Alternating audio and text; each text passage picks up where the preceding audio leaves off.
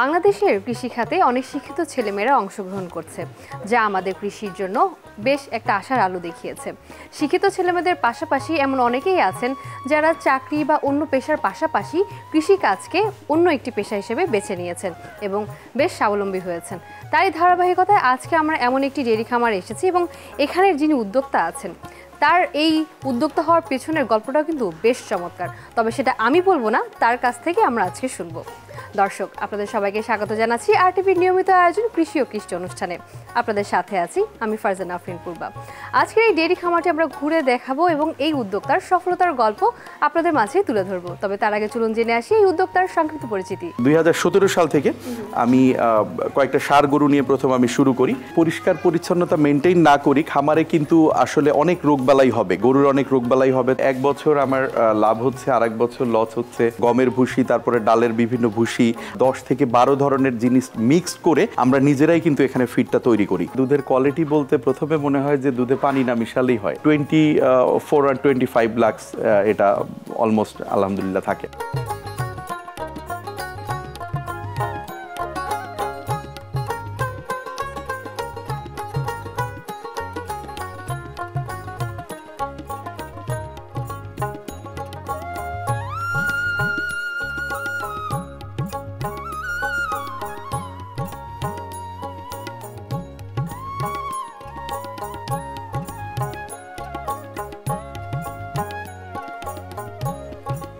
আসসালামু আলাইকুম ভাইয়া, কেমন আছেন? ওয়ালাইকুম আসসালাম, ভালো আছি। আপনি কেমন আছেন? জি, আমি আলহামদুলিল্লাহ ভালো আছি।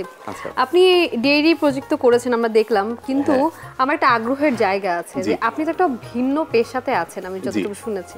কিভাবে আপনি শুরু করলেন? আসলে শুরুটা ইন্টারেস্টিং, শুরুটা বেশ ইন্টারেস্টিং। আমার শুরুর একটা গল্প আছে। আমি যদি বলি যে আমার বিয়ের সময় আমি আসলে গরু কিনেছিলাম, যে আমার ইচ্ছা ছিল মানুষকে ভালো দেখে একটা গরুর মাংস সবাইকে খাওয়াবো। প্রায় 1500 মানুষের একটা আয়োজন ছিল। বিয়ে উপলক্ষে কেনা, এটা একটু অন্যরকম লাগলো না, সেটাই আসলে বিয়ের প্রোগ্রামের জন্য ওই গরুটা দিয়েই প্রোগ্রাম হবে। তো আসলে এটা কুরবানির 4-5 দিন পরে আমার বিয়ের প্রোগ্রামটা ছিল। এটা কত সালে? এটা 2015 সালে। এরপরে যখন আমি হাটে যাই, হাটে যেয়ে গরু কিনে নিয়ে আসি, যখন কুরবানির শেষে 3-4 দিন আগে যেই দিন বিয়ের প্রোগ্রাম, ওই দিন বিকালে গরুটা শুয়ে পড়ে। তো শুয়ে পড়লে ডাক্তারকে আমরা ডাকি, ডাকার পরে ডাক্তার ছুরি এনে সে জবাই করে দেয়। তো আমি তাকে জিজ্ঞেস করলাম যে গরুটা আপনি এখন জবাই করলেন কেন? এটা তো আমরা 10টা-12টার দিকে বা 1টার দিকে জবাই করব। তো বললো আসলে এটা অসুস্থ হয়ে গেছে, এটা থাকবে না, এই কারণে এটা এখনই জবাই করতে হবে। তো আমি তাকে জিজ্ঞেস করলাম থাকবে না বলতে গরুটার আসলে কি হয়েছিল, এবং গরুটাকে ইনজেকশন দেওয়া হয়েছিল, এবার ওর কিডনি ফেল করা হয়েছিল এবং ও ফুলে গিয়েছিল, যেটা মেয়াদ আসলে কোরবানি পর্যন্তই ছিল। আপনি যে বাড়তি টাইমটা রেখেছেন এই কারণে আসলে গরুটা এখন ও হার্ট ফেল করেছে আর কি। তো এটা শোনার পরে আমি বললাম এই মাংস কি খাওয়া যাবে? সে বলল হ্যাঁ, এই মাংস তো আমরা সবাই এখন এটাই খাচ্ছি। তো এটা শোনার পরে আসলে আমি, আমার বাবা ছিল, নানা ছিল, তারা বলতেছিল যে না, এই মাংস সবাই যেহেতু খাচ্ছে, এই মাংস খাওয়া যাবে।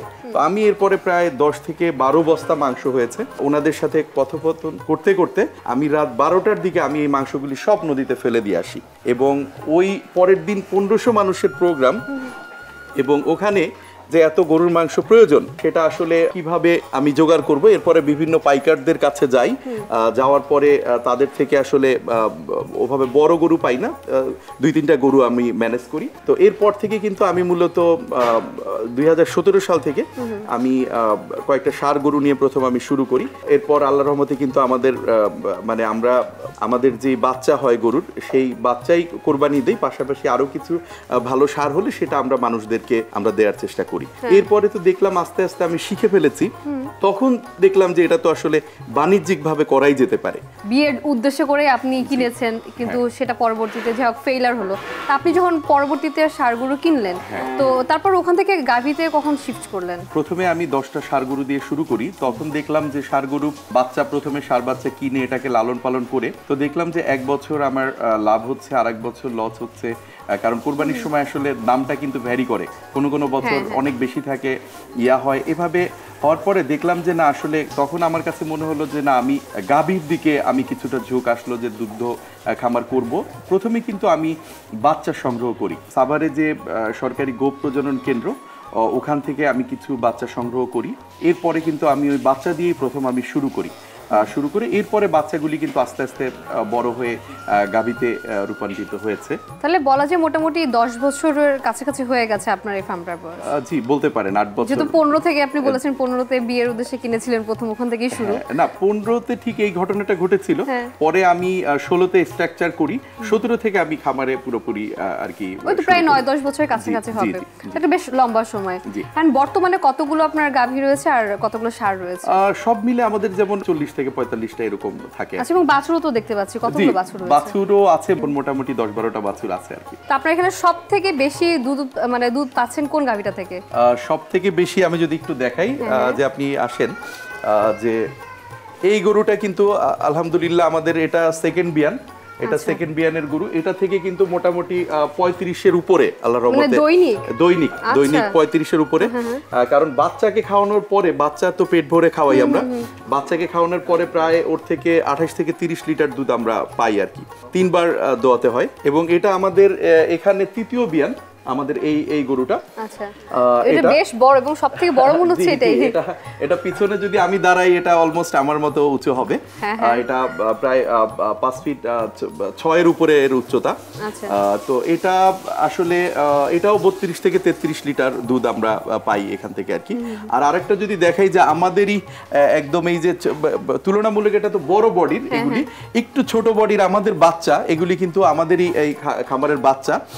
তো এইগুলি থেকে কিন্তু আল্লাহর রহমতে এখান থেকেও কিন্তু 25 থেকে 27 লিটারের দুধ, এটাতে যেমন 27 থেকে 28 লিটার পেয়েছি প্রথম বিয়ানে, আর এটা থেকে 22-23 লিটার পেয়েছি, এবং এটা কিন্তু এখন সেকেন্ড বারের মতো প্রেগনেন্ট হয়েছে।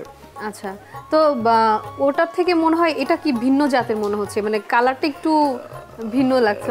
না, এটা আসলে এটার সাথে আমি যদি বলি যে হলিস্টিন ফিজিয়ান, এটা ক্রস আছে শাহিওয়াল এটার সাথে, আর এটা হলিস্টিন ফিজিয়ানের সাথে এটা জার্সি ক্রস আছে। মানে আপনার এখানে কি বেশিরভাগই ক্রস করা, তাই তো? আসলে 100% কিন্তু বাংলাদেশের প্রেক্ষাপটে পাওয়াটা ডিফিকাল্ট। আমরা কিন্তু আসলে আমাদের জাত উন্নয়ন আস্তে আস্তে করতে হয়। ম্যাক্সিমামই এখানে হলিস্টিন ফিজিয়ান এবং শাহিওয়াল ক্রস আছে। শাহিওয়ালটা হচ্ছে কি যে অনেক বড় বডি থাকে, এবং এটার শাহিওয়াল হলিস্টিন ফ্রিজিয়ান যখন এটা ক্রস করা হয়, তখন দেখা যাচ্ছে ওর বডির তুলনায় যে দুধ হয় সেটা কিন্তু মানে দুধের মানগুলি অনেক ভালো হয়। তাহলে আমি যদি গড়ে হিসাব করি, মানে সবগুলো গাভী থেকে তাহলে দৈনিক কত লিটার দুধ উৎপাদন হচ্ছে? ওভাবে চিন্তা করলে আসলে 200 প্লাস অর মাইনাস এরকম আর কি। মানে মাঝে মাঝে যদি বেশি গাভীকে আমরা প্রেগনেন্ট থাকে তখন দেখা যাচ্ছে কমে যায়, আবার অনেক সময় সবগুলি বাচ্চা দিলে তখন আবার বেড়ে যায়। এভারেজ বলতে পারেন 200 প্লাস অর মাইনাস। আচ্ছা, তার মানে আপনি একজন সফল ডেইরি ফার্ম করতে পেরেছেন এবং আপনি সফলতার দিকে আগাচ্ছেন বলা যায়। জি, মানে ছোট একটা উদ্দেশ্য থেকে এখন একটা বড় পরিসরে আপনার খামার হয়েছে। জি, সেটা চেষ্টা করছি আর কি, বাকিটা আল্লাহর ইচ্ছা। এবং আমরাও চাই যে আপনার মতো এরকম আরো অনেকেই আসুক, আমাদের ডেইরি সেক্টরটা আরো উন্নতির দিকে যাক। আপনার কাছ থেকে তো আরো অনেক কিছু জানার আছে, সেগুলো নিয়েও শুনবো, তবে বিরতির পর। দর্শক, সময় হয়ে গেল একটি বিরতি নেবার।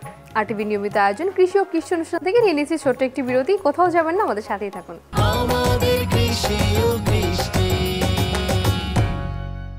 বিরতির পর সবাইকে স্বাগত জানাচ্ছি আরটিভি নিয়মিত আয়োজন কৃষি ও কৃষি অনুষ্ঠানে। দর্শক, আপনাদের জন্য এখন থাকছে কৃষি প্রশিক্ষণ সেগমেন্ট।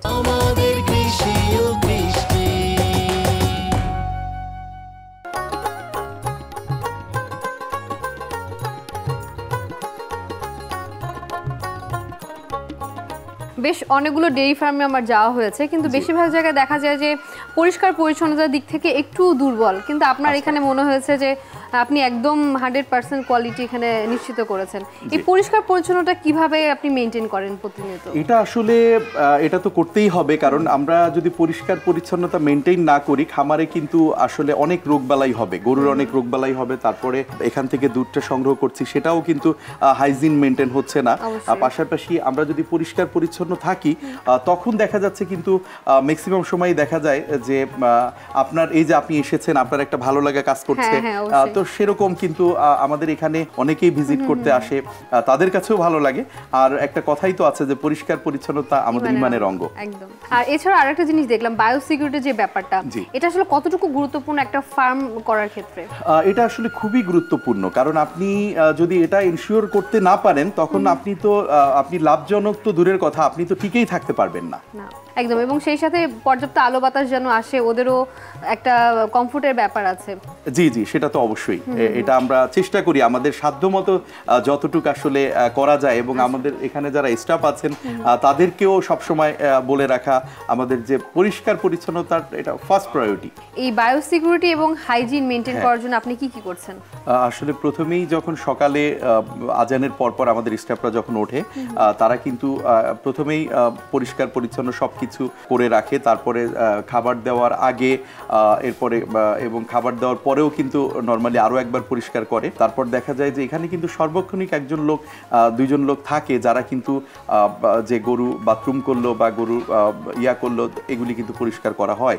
এরপরে প্রতিদিন যেমন গরুকে সুন্দরভাবে গোসল করানো, পানির একটা থাকে, পানি নিষ্কাশনের একটা ব্যবস্থা থাকে, সেটা কিন্তু ডিরেক্ট আমরা এখানে কয়েকটা স্তরে পানি নিষ্কাশন হয়ে এরপরে কিন্তু ড্রেনে চলে যায়। এবং এখান থেকে যে ওয়েস্টেজ গুলো হচ্ছে সেগুলো তো রিসাইকেল হচ্ছে। হ্যাঁ হ্যাঁ, রিসাইকেল হচ্ছে। যেমন আমরা কিন্তু আমি যদি বলি, আপনি দেখবেন যে আমাদের যে গোবরগুলি আছে সামনে কিন্তু বস্তা বোঝাই করা আছে, এবং এইগুলি কিন্তু আমরা একদম জমিতে নিয়ে যাই এবং জৈব সার হিসাবে আমরা কিন্তু জমিতে ইউজ করি। এবং আমাদের প্রায় 6 একরের উপরে আমাদের জমি যেটা লিজ নেওয়া আছে, এবং ওখানে ঘাস তৈরি করি, এবং স্থানীয়ভাবে আমাদেরকে কিন্তু অনেকেই জমি দিতে চায়, কারণ তাদের জমি কিন্তু আমরা গোবর দেই এবং জমিও তুলনামূলক উঁচু হয়, উর্বর হয়, দেখা যাচ্ছে সার ইউজ ওরকম করতে হয় না। কেনা খাবারের পাশাপাশি আপনারা কি ঘাস বা ওই ধরনের কিছু দিয়ে থাকেন কিনা? হ্যাঁ, কেনা খাবার বলতে গেলে আমরা ধরেন বিভিন্ন ভুসি, গমের ভুসি, তারপরে ডালের বিভিন্ন ভুসি, এগুলি প্রায় আমরা 10 থেকে 12 ধরনের জিনিস মিক্স করে আমরা নিজেরাই কিন্তু এখানে ফিডটা তৈরি করি। ওদের ফিড এবং টোটালটাই প্রাকৃতিক ফিড। এটার পাশাপাশি আমরা যেমন ওদেরকে এই যে ঘাস, আমরা হচ্ছে নেপিয়ার পাকচং, রেড পাকচং, তারপরে জারা ওয়ান। রেড পাকচং ঘাসটা কিন্তু এটা ডেইরির জন্য একটা খুবই গুরুত্বপূর্ণ বিষয়, কারণ রেড পাকচং ঘাস খেলে গরুর দুধ কিন্তু ঘন এবং ইয়েলো এবং রেডিশ একটা ভাব হয় আর কি, যেটা কিন্তু আমাদের বাংলাদেশে রেড পাকচংটা নতুন, এবং অনেকে হয়তো বা জানে না। হ্যাঁ, এটা অনেকেই জানে না। এবং আমরা কিন্তু আমাদের নেপিয়ার পাকচং, রেড পাকচং, জারা ওয়ানের এই ঘাসের কাটিং বীজ সেটাও কিন্তু আমরা সেল করি, এবং ওটা তো আপনারা পরবর্তীতে সংরক্ষণও করছেন। হ্যাঁ, ওটা আমরা সংরক্ষণ করছি সারা বছর যাতে ওরা খেতে পারে আর কি। আচ্ছা, এবার ভ্যাকসিনের কথাটা একটু জানতে চাই। ভ্যাকসিনেশন তো নিয়মিতই করা হয়। আচ্ছা, কতদিন পর পর ওদের ভ্যাকসিন করতে হয়? আমাদের আসলে রেগুলার প্রতি মাসেই দেখা যাচ্ছে আমাদের 2 বার করে আমাদের প্রাণী সম্পদ অধিদপ্তরের ওনারা যারা আছেন ওনারা আসলে এটা ভিজিট করেন, এবং রেগুলার ওনাদের পরামর্শ অনুযায়ী কিন্তু আমরা ভ্যাকসিনগুলি প্রোভাইড করে থাকি। আচ্ছা, এবং আরো একটা বিষয় জানতে চাবো যে যখন ভ্যাকসিনেশন করা হচ্ছে ওটা একটু মেডিসিনই তো শরীরে যাচ্ছে, যেহেতু প্রতিদিন এখান থেকে আপনারা দুধ উৎপাদন করছেন, সেই ক্ষেত্রে এটা তো মানুষও খাচ্ছে, কোনো সমস্যা হয় কিনা বা মেডিসিনে কোনো ইফেক্ট সব ধরনের মেডিসিন হয় না, তবে কিছু কিছু মেডিসিন যখন আমরা ইনজেকশন দেই, তারপরে ধরেন ওই যে ওর বানে অনেক সময় জেল দেওয়া হয় যদি কোনো ম্যাস্টারাইটিসের কোনো প্রবলেম হয়, এগুলি কারণ আমি কিন্তু আমার এই যে দুধটা আমি নিজে খাই, আমার বাচ্চার জন্য আমি নেই, যখন গরুকে ভ্যাকসিনেশন করা হয় তখন কিছু দুধ কিন্তু আমরা ডিস্ট্রয় করে ফেলি, ওটা আমরা বাজারজাত করি না, কারণ এই জিনিসটা প্রথমেই আমাদের এনশিওর করতে হবে যে আমরা কিন্তু অনেক সময় দেখি যে আমরা গরুর দুধ খেলে সেখানে আমাদের অ্যান্টিবায়োটিক দেওয়া হচ্ছে গরুকে, সেটা আমাদের শরীরে চলে যাচ্ছে, এরকম অনেক প্রবলেম হচ্ছে। তো এই জিনিসটা মনে হয় আমাদের খামারিদেরও একটু নজর দেওয়া উচিত, এবং আমরা যারা গরুর দুধ আমরা সংগ্রহ করছি তাদেরও উচিত যে ওই যেই খামারি থেকে বা যেখান থেকে দুধটা সংগ্রহ করা হচ্ছে তারা আসলে এটা মেনটেন করছে কিনা। আচ্ছা, এই গরুর ক্ষেত্রে কি কি ধরনের রোগ হয় এবং কিভাবে এটার প্রতিকার বা প্রতিষেধক আপনি ব্যবহার করছেন? আচ্ছা, গরুর প্রথমে যদি আমি বলি খামারিদের ক্ষেত্রে ডেইরি ফার্মের যেটা হচ্ছে অলান রোগ, ম্যাস্টারাইটিস, এইটা আসলে অনেক ক্ষেত্রেই হয়, এবং এটাতে এক একটা গরুর বান কিন্তু নষ্ট হয়ে যায় এবং এটা টোটালি গরু একদম ড্যামেজ হয়ে যায়। এটার জন্য আমরা যেটা করি, আপনি দেখেছেন ঢোকার সময় কিন্তু পটাশ দিয়ে এরপরে ঢুকতে হয়, তা এছাড়াও নর্মালি পরিষ্কার পরিচ্ছন্নতা, এবং প্রথমত আমরা যদি বলি একটা গরুকে যখন দুধ দোয়ানো হলো তারপরে গরুকে খাবার দিতে হবে এবং গরুকে আধা ঘন্টা দাঁড়িয়ে রাখতে হবে, কারণ এই যে ওর যে বানের যে ছিদ্রগুলি এটা কিন্তু প্রাকৃতিকভাবে বন্ধ হতে 15 থেকে 20 মিনিট বা 25 মিনিট পর্যন্ত সময় নিয়ে নেয়। এরপরে যদি গরু শুয়ে পড়ে সেক্ষেত্রে কিন্তু গরুর ওরকম প্রবলেম হয় না, কিন্তু এই হাফ অ্যান আওয়ার আগে যদি গরু শুয়ে পড়ে সেক্ষেত্রে কিন্তু এই অলান রোগ বা ম্যাস্টাইটিস হওয়ার অনেক চান্স থাকে। তারপরে যেমন যদি আরো একটা রোগ যেটা খুরা রোগ, এটাও কিন্তু আসলে গরুকে মানে অনেকটা ড্যামেজ করে দেয়। এটার জন্য আসলে ট্রিটমেন্ট আছে, এটা হওয়ার আগেই কিন্তু আমরা যদি কিছু ইনজেকশন দেই বা আমরা এর ট্রিটমেন্টগুলি করি দেখা যাচ্ছে এটা কম হয়। এবং একটা জিনিস এক্ষেত্রে আমাদের যেটা মানতে হবে, যে কোনো গরু বা গাভী আমরা যদি বাজার থেকে সংগ্রহ করি সেটাকে কিন্তু অন্তত পক্ষে 10 থেকে 15 দিন খুব দূরে রাখতে হবে। দূরে রেখে এরপরে কিন্তু সেটাকে দেখে বুঝে এরপরে কিন্তু খামারে নিয়ে আসা। এই সকল রোগের ফার্স্ট প্রায়োরিটি যদি বলি যে রোগের হওয়ার আগে যে আমি একটা করণীয় সেটা হচ্ছে পরিষ্কার পরিচ্ছন্নতা যদি থাকা যায় অনেক রোগকেই কিন্তু আমি দূরে রাখতে পারবো।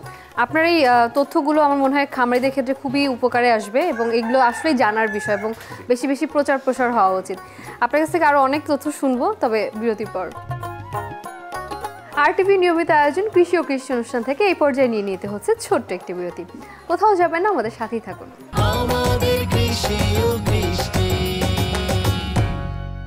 বিরতির পর সবাইকে আরও একবার স্বাগত জানাচ্ছি RTV নিয়মিত আয়োজন কৃষি ও কৃষি অনুষ্ঠানে। দর্শক, এখন থাকছে কৃষি বাজার সেগমেন্ট।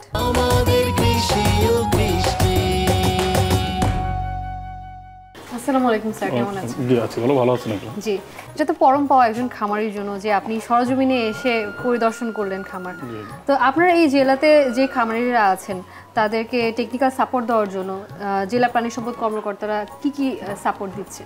আচ্ছা, আমাদের যেসব প্রান্তিক পর্যায়ে খামারিগুলি রয়েছে আমাদের সেই খামারিগুলিতে আমরা মূলত টিকা প্রদান, চিকিৎসা প্রদান, প্রশিক্ষণ সহ আমাদের এপিএ কার্যক্রমের মধ্যে আমাদের প্রায় 15টা আমাদের সূচক রয়েছে। এই প্রত্যেকটা সূচককেই আমরা তাদেরকে সম্প্রসারণ লেভেলে বা ফিল্ড লেভেলে আমরা পরামর্শ দিয়ে থাকি। যেমন ভ্যাকসিনের বিষয়টা যদি আমি আসি, যেমন আমাদের এই গবাদি পশুর লেভেলে আমাদের খুরা রোগের ভ্যাকসিন, তারপরে LSD ভ্যাকসিন, তারপরে অ্যানথ্রাক্স, বাদলা, এই জাতীয় যে ভ্যাকসিনগুলি আছে এই ভ্যাকসিনগুলির উপর আমরা বেশি এমফেসিস দিয়ে থাকি। এবং আরও একটু বিষয় স্যার জানতে চাবো যে শুধুমাত্র আপনার জেলাতে না, পুরো বাংলাদেশে যারা খামারিরা আছেন তাদের জন্য আপনি কি পরামর্শ দিবেন যে আর কি করলে তারা উত্তরোত্তর সাফল্য লাভ করতে পারবে? শুধু মাদারীপুর না, সারা বাংলাদেশে আমাদের ডেইরি খামারদের যে বড় একটা চ্যালেঞ্জ সেটা হলো খাদ্যের বিষয়টা। বিশেষ করে আমাদের গরুর জন্য 2 ধরনের খাবার থাকে, একটা হলো দানাদার আর একটা হলো আঁশ জাতীয় খাবার। আঁশ জাতীয় খাবারের মধ্যে যে কাঁচা ঘাস, এগুলির উপর মোটামুটি আমরা জোর দিচ্ছি এবং এই কাঁচা ঘাসের উৎপাদনটা যদি খামারের সন্তোষজনক পর্যায়ে নিয়ে আসতে পারে তাহলে আমি আশা করব যে তাদের যে খাদ্যের কস্টটা সেটা আমরা একটা মিনিমাইজ পর্যায়ে, মানে একটা মিনিমাম পর্যায়ে আমরা নিয়ে আসতে পারি। তো সেই ক্ষেত্রে আমি বলবো যে তাদের খাদ্য এবং যে ঘরের যে বাসস্থান ম্যানেজমেন্ট, এই দুইটা যদি মোটামুটি ঠিক থাকে তাহলে তারা অবশ্যই সেটা লাভবান হতে পারবে।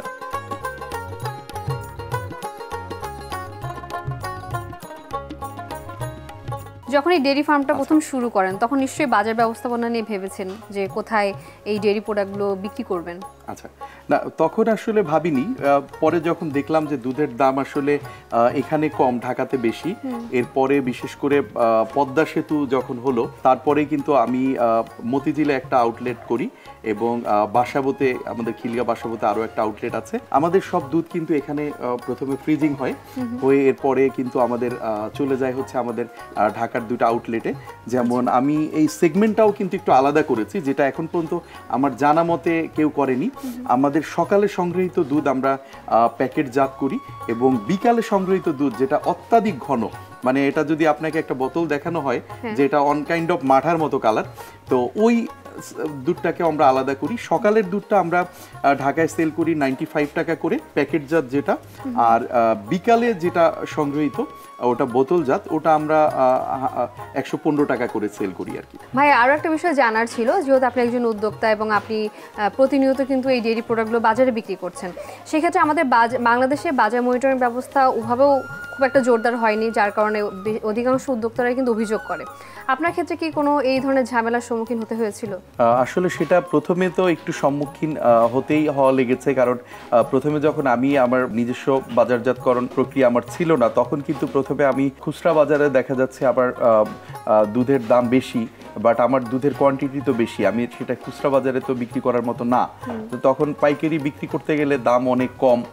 এরপরে এলাকার মানুষ আমার খামারের দুধ সম্পর্কে জানে না, তো প্রথম অবস্থায় কিন্তু আমি একটু প্রবলেম আমাকে পোহাতে হয়েছে। পরবর্তীতে যখন আমি আমার ঢাকায় দুটো আউটলেট করলাম, তখন কিন্তু আমার ওখানে আমার দুধ যাওয়ার আগেই মানে দুধ চাহিদা থাকে, শেষ হয়ে যাওয়ার সাথে সাথে এরকম তো। এবং একই সময় দেখা যায় স্থানীয় মানুষজনেরও অনেক তারা জেনে গিয়েছে এখানে ভালো দুধ পাওয়া যায়, তো যে কারণে কিন্তু এখন আস্তে আস্তে আমি আমার খামার বাড়ানোর চেষ্টা করছি যে আরো কিভাবে বাড়ানো যায়, যেহেতু আমার দুধের চাহিদা দিন দিন বেড়ে যাচ্ছে আলহামদুলিল্লাহ। এবার একটু আসি যে যেহেতু ব্যবসায় লাভ লস থাকেই, তো আপনার এর পিছনে একটা খরচ আছে এই খামারের পেছনে, এবং এর বাইরে আপনি যখন প্রোডাক্ট বিক্রি করছেন, তো এই যে একটা সামঞ্জস্য, মানে বছর শেষে কেমন লাভ থাকে আপনার?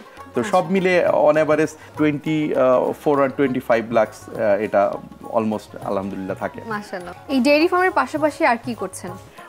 এইটার পাশাপাশি আমার কিছু আরো বিজনেস আছে, কিছু সামাজিক কাজেও কিন্তু সম্পৃক্ত আছি। একটা কার্যক্রম আছে ভালো কাজের হোটেল, এটা হয়তো শুনেছেন, যে প্রতিদিনই কিন্তু বেশ কিছু মানুষকে ভালো কাজের বিনিময়ে আমরা খাবার দেই। 3032 মানুষের জন্য একটা মিল আয়োজন হয় এবং তারা সুন্দর সুন্দর ভালো কাজ করে, এবং প্রেক্ষাপটটা এরকম যে এই মানুষগুলি যখন বিভিন্ন রকম ভালো কাজ করে এবং তাদের মানে মুখের একটা তৃপ্তি মাখা হাসি আমরা দেখি, সেটা কিন্তু আসলে উদ্বুদ্ধ করে, অনুপ্রেরণা যোগায়। স্বাভাবিকভাবে যদি বলতে চাই যে মানসিক একটা প্রশান্তি কিন্তু পাওয়া যায় সেখান থেকে। আপনার চিন্তাধারাকে আমি সাধুবাদ জানাই যে এত সুন্দর করে আপনি চিন্তা করেছেন, যে শুধুমাত্র নিজের আত্মকেন্দ্রিক চিন্তা না করে আমরা যদি আরো মানুষের চিন্তা করি, আমার মনে হয় যে কেউ খামার করলে সে সফলতা লাভ করতে পারবে, এবং এই ছোট ছোট বিষয়গুলোই মানুষকে আরো সামনের দিকে এগিয়ে নিয়ে যাবে। আপনি অনেক ভালো থাকবেন, এবং আমাদের কৃষি ও কৃষি টিমের পক্ষ থেকে আপনার জন্য অনেক অনেক শুভেচ্ছা থাকবে। আপনার জন্য অনেক শুভেচ্ছা এবং ভালো থাকবেন। ধন্যবাদ আপনাকে।